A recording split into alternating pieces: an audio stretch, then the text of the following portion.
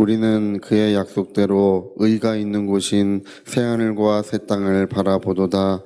그러므로 사랑하는 자들아, 너희가 이것을 바라보나니 주 앞에서 점도 없고 흠도 없이 평강 가운데서 나타나기를 힘쓰라. 아멘. 네, 얼마 전에 이제 어떤 그 신학교 교수님이 강의를 하고 계시는데, 아주 그 유명한 교수님이 이제 강의를 하실 때 제가 이제 그 강의를 듣고 있었어요. 근데 이제 새하늘과 새 땅에 대해서 요한계시록 21장 1절의 말씀을 해석을 하시는데, 정말 깜짝 놀랐어요. 왜냐하면 새하늘과 새 땅이 뭐 별도로 존재하는 것이 아니다. 이 세상이 이제 새하늘과 새 땅으로 변화되는 것이다. 뭐 이런 주장을 하더라고요. 근데 그것이 그분의 주장뿐 아니라 이게 지금 이제 최신 신학이기도 하고, 그 요한계시록을 그 해석하는 분들이 이제 그 전통주의 신학 또 개혁주의 신학에서 해석하는 분들이 그렇게 요즘에 많이 해석을 해요. 그래서 제가 생각할 때 여호와의 증인과 도대체 다른 게 뭔가? 여호와의 증인이 이제 그런 주장을 해요. 천국이 따로 있는 것이 아니다. 주가 재림하시면 이 땅에 이제 천국이 이루어질 것이다. 뭐 이렇게 주장을 하는데, 요한계시록 21장 1절을 이제 우리가 새하늘과 새 땅을 보니 이전 땅과 이전 하늘은 이제 없어졌다. 뭐 이 말씀을 새하늘과 새 땅으로 이제 그 원어를 가지고 이제 그거를 해석을 하는 거예요. 근데 이제 문자주의예요. 여러분 오늘도 읽은 우리 이 말씀은 이 모든 것들은 불사르기 위해서 간수한 바 되어 있고, 이 주가 나타나실 때 이 우주라고 하는 자체를 다 그 지옥불에 던지신다고 돼 있어요. 네. 이게 불사르기 위해서, 그러니까 우리가 사는 이 작은 별을 불사르시는 것이 아니에요. 네. 이 우주라고 하는 이 어마어마한 공간인 것 같지만 이 우주라고 하는 곳 전체를 다 그 불 속에 멸하시는 것입니다. 예전에 저희 조카가 어느 날 눈빛을 반짝이면서 삼촌 궁금한 게 있대요. 그래서 뭐가 궁금하냐 그랬더니 초등학교 한 2학년쯤 됐을 때인가 그때 물어봐요. 혹시 지옥에서도 탈출할 수 있지 않을까? 뭐 이렇게 물어요. 지옥에서 탈출할 수 있지 않을까? 뭐 이렇게 물어봐요. 네, 여러분, 지옥이라는 것은 우리가 사는 이 땅 속에 어디 뭐 불타는 곳이 있고 그런 것이 아니에요. 네. 이 우주 전체, 우리가 이 우주를 관찰할 수 없죠. 너무 넓어서. 네. 이 우주 전체를 다 불살르는 것입니다. 그래서 오늘 우리가 읽은 이 말씀은 이 모든 것이 불사르기 위해서 간수하고 있고, 이 체질이, 이 분자라고 하는 것을 체질이라고 말했는데, 뜨거운 불에 이게 풀어지면서 이게 불탄다고 돼 있어요. 근데 지금 물리학을 연구하는 사람들이 이 분자가 풀어질 수 있는데 이 우주 안에 있는 힘으로는 이게 풀어질 수 없대요. 그러나 어떤 큰 힘을 가하면 이 모든 분자들이 다 풀어지고 만대요. 예. 근데 풀어질 때 특징이 뭐냐면 불꽃같이 풀어진대요. 이게 풀어질 때. 예. 근데 주가 강림하시는 그날에는 그러한 일이 있을 것이다. 체질이 다 풀어지기 시작하고 모든 것들은 다 불살라질 것이라 이렇게 말씀하고 있습니다. 우리가 눈으로 보는 뭐 건물들, 뭐 이 세상에 있는 것들, 그런 것을 얘기하는 것이 아니에요. 예. 그래서 새하늘과 새 땅은 이 우주 안에 있는 것이 아니고요. 이 우주 안에 있는 어떤 작은 별이 아니에요. 예. 이 우주 바깥에 있는 광대하고 영원한 세계가 있습니다. 우리는 그걸 믿습니다. 그래서 우리가 새로운 별로 이주하는 것이 아니라 이 우주라고 하는 것은 다 불타고 이제 하나님의 의가 거하는 새하늘과 새 땅이 있는 것입니다. 그래서 주님은 그곳에 이제 그 새하늘과 새 땅을 다스리는 거룩한 성이 있는데, 큰 왕의 성이에요. 그것을 성경은 새 예루살렘 성이라고 돼 있어요. 주님은 그곳에 계셔요. 영광의 보좌에 계시고 그 영광의 보좌에서부터 이제 생명수 강물이 거기서부터 흘러나오는 것입니다. 예. 그래서 여러분 그 천국에 대한 그 말씀들을 살펴보면 천국을 편듯한 하늘, 그런 말들 너무 좋죠. 우리가 이번에 이제 큰 비가 한번 내리니까 하늘 빛이 얼마나 아름다워지는지 몰라요? 원래 그렇게 아름다운 것 같아요. 이 천국을 편듯한 하늘이 있는 곳. 또 이 물도요, 맑은 유리 수정 같은 그런 물이 흐르는 곳. 또 금이라고 하는 것도 맑은 유리 같은 정금이라고 되어 있어요. 맑은 유리 같은 정금. 그냥 여러분 그 100% 금은 보기에 그렇게 아름답지 않죠. 네. 근데 맑은 유리 같은 정금으로 되어 있는, 그리고 이 향기롭고 영원히 아름다운 그런 하나님의 나라가 우리가 하늘에 있는 줄로 믿습니다. 네. 여기 이제 이 베드로가 중요한 얘기를 해요. 그의 약속대로 의가 있는 곳인 새하늘과 새 땅을 바라보도다, 이렇게 의가 있는 곳 이 얘기를 하죠. 근데 원래 의에 대함은 예수님 요한복음 16장에 요 의에 대함은, 여러분 의인은 예수 한 분밖에 없어요. 의라고 하는 것은 예수님 한 분. 그래서 의에 대함은 내가 아버지께로 가니 너희가 나를 볼 수 없다. 이 세상에서 의를 볼 수 없다는 것입니다. 우리가 이제 예수님은 목수의 아들 목수셨고, 그 다음에 나사렛 동네 사람이셨어요. 네, 굳은 일을 해가지고 손에 굳은 살이 많이 박혀 계시고, 얼굴은 햇빛에 까맣게 그을리시고, 네. 부활하신 다음에 아마 못 알아본 게 얼굴이 그 형태가 변하셨던 것보다 이 색이 변하셨을 것 같긴 해요. 근데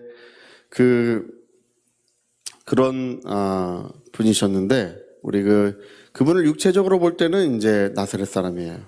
그러나 그분을 영적으로 볼 때는 하나님의 의라고 보는 거예요.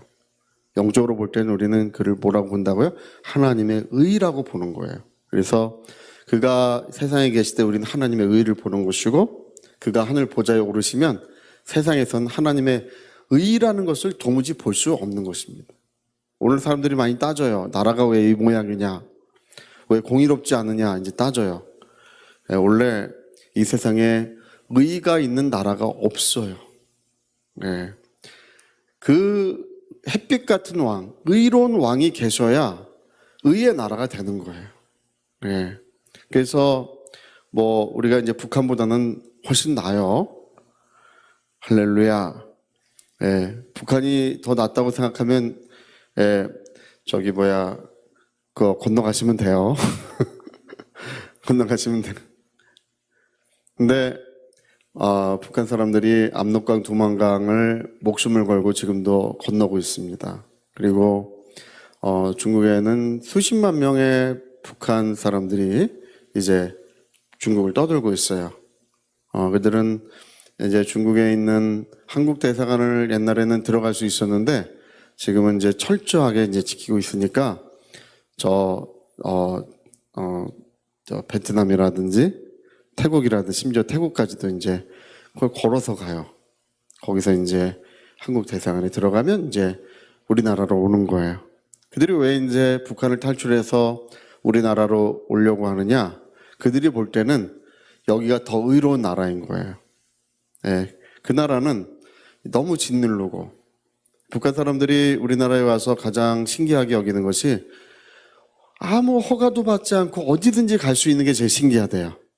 아무 허가도 받지 않고 부산도 가고 서울도 가고, 거기는 평양 한번 갈라 그래도 보통 어려운지 않지 않습니까? 평양 한번 아무나 갈 수가 없어요. 그 다 허가증을 받아야 갈 수 있고. 근데 그들이 볼 때는 의가 거하는 곳. 제가 96년도에 이제 중국 선교를 할 때 북한 사람들도 이제 거기 많이 떠들고 있었어요. 그때는 특히 북한이 이제 고난의 행군이라고 그래서 거의 200만 명 가까이가 아사했다는, 굶어 죽었다는 얘기가 있었어요. 그때는 200만 명이면 북한 인구의 거의 10분의 1이에요. 10분의 1 가까이가 굶어 죽었다는 얘기가 있었어요. 네. 그래서 많은 사람 떨리고 있었는데, 제가 어떤 사람 전도했더니 물어봐요. 성교사님,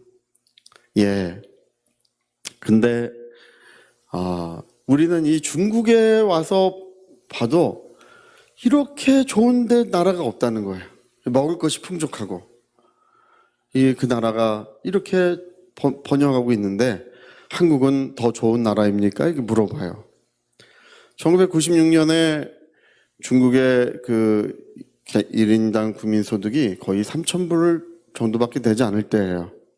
네, 우리나라는 1996년에 벌써 이제 18,000불, 9,000불 거의 중국에 비해서 그 6배 가까이가 소득이 높을 때예요.